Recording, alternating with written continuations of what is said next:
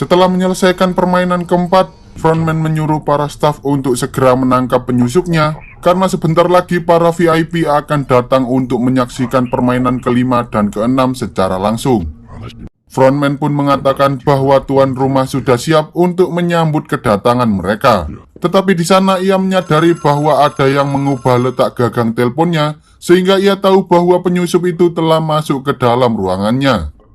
Frontman mencoba mencari keberadaan penyusup itu, tetapi saat dia hampir menemukan John Ho, tiba-tiba para staf menelpon dan mengatakan bahwa mereka berhasil menemukan satu mayat polisi di sebuah pantai, sehingga ia pun segera pergi menuju ke tempat itu.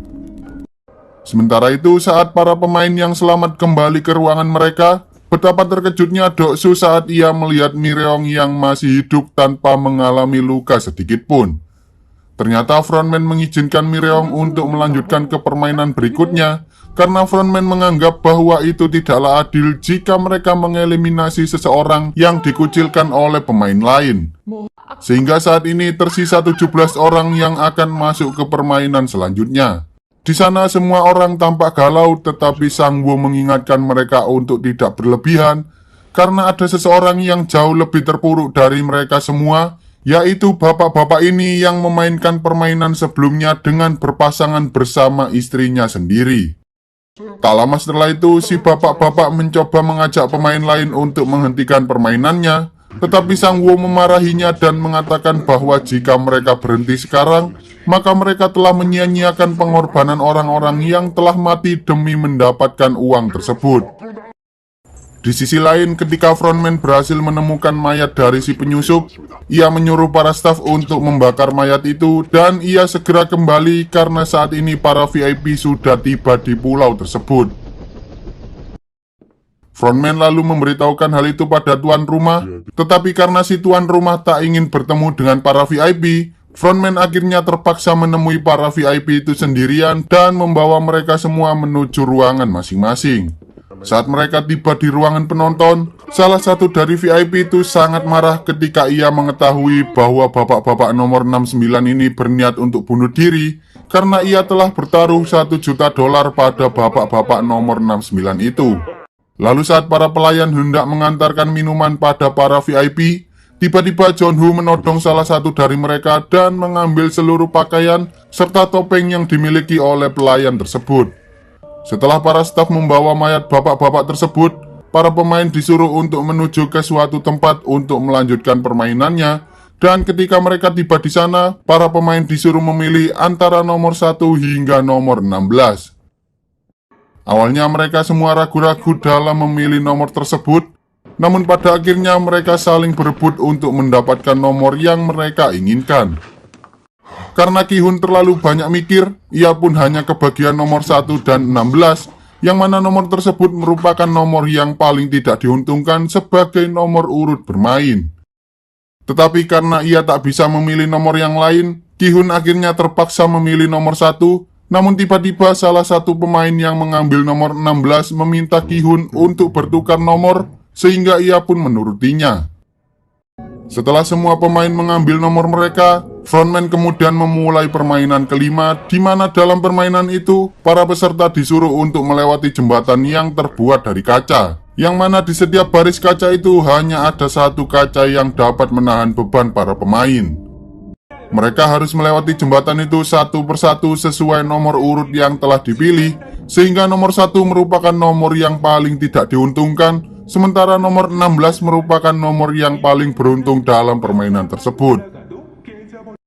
Lalu saat permainan dimulai, pemain nomor 1 mencoba melompat dan berhasil melewati baris pertama, tetapi sayangnya ia justru terjatuh saat ia mencoba melompat ke kaca yang ada di baris kedua.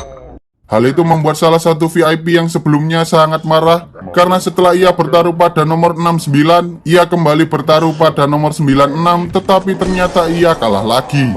VIP itu kemudian meminta salah satu pelayan yang merupakan John Ho untuk menemaninya, dan karena ia tertarik dengan mata John Ho, VIP itu pun meminta John Ho untuk melepaskan topengnya, namun John Ho justru menolak hal itu dan memintanya pergi ke tempat lain agar mereka bisa berduaan. Sementara itu, setelah beberapa pemain gagal melewati jembatan tersebut, para pemain lainnya mulai ketakutan saat hendak melewati baris kaca yang ada di depannya, sehingga membuat mereka saling dorong-mendorong karena waktunya sudah hampir habis. Lalu saat tiba giliran Deoksu harus memilih salah satu baris kaca di depannya, ia justru berhenti di sana dan menyuruh pemain lain untuk melewatinya karena ia tak ingin mati hanya untuk menunjukkan jalan pada para pemain lain.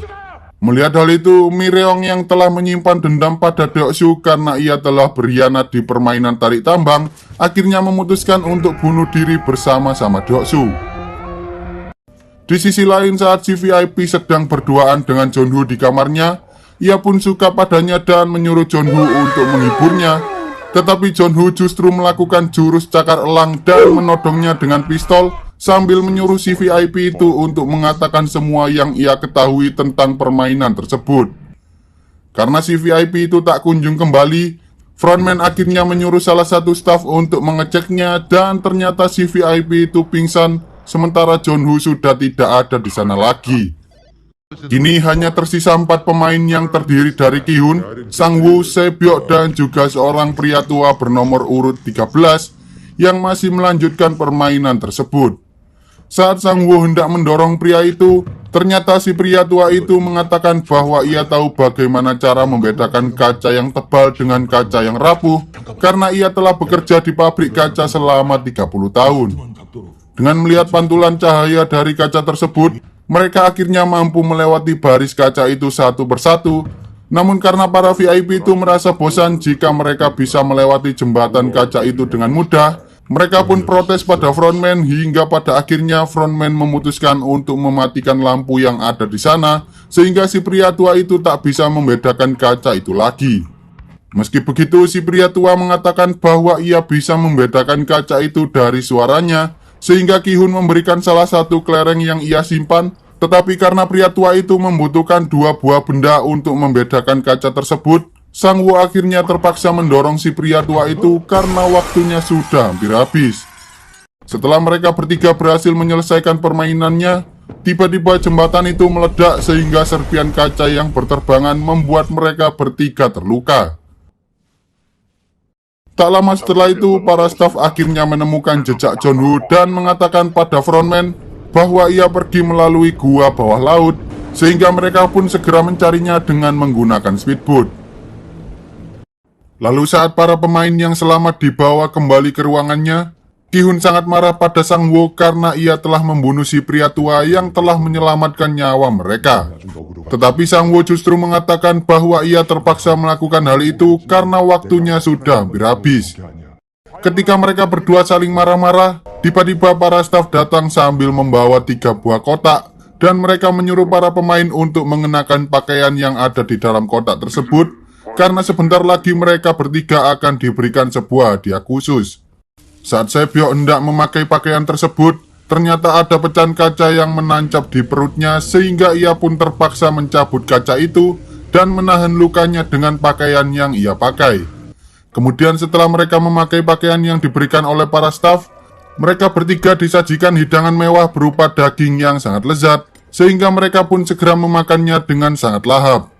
Setelah mereka semua selesai makan, para staf kemudian mengambil seluruh perlengkapan makan dan hanya menyisakan sebuah pisau di sana. Di sisi lain, saat Jeonwoo berhasil mencapai pulau yang ada di dekat sana, ia pun berusaha menghubungi salah satu rekannya dan mengirimkan beberapa rekaman yang berhasil ia dapatkan saat berada di dalam permainan. Namun tanpa ia sadari, ternyata para staf berhasil menemukannya, sehingga ia pun berusaha mengancam frontman bahwa ia telah melaporkan kejadian itu pada kantor polisi. Mendengar hal itu, frontman mencoba mendekati Jeonwoo agar ia mau membicarakan tentang hal itu di ruangannya. Tetapi Jeonwoo justru menembak frontman sehingga frontman terpaksa membuka topeng miliknya. Ternyata orang yang berada di balik topeng frontman selama ini adalah In-ho, kakak laki-laki yang selama ini dicari oleh Jeonwoo di dalam pulau tersebut. In-ho mencoba mengajak Jeonwoo untuk ikut bersamanya, tetapi karena Jeonwoo menolak ajakannya, In-ho pun terpaksa menembak Jeonwoo hingga akhirnya ia terjatuh dari atas tebing tersebut.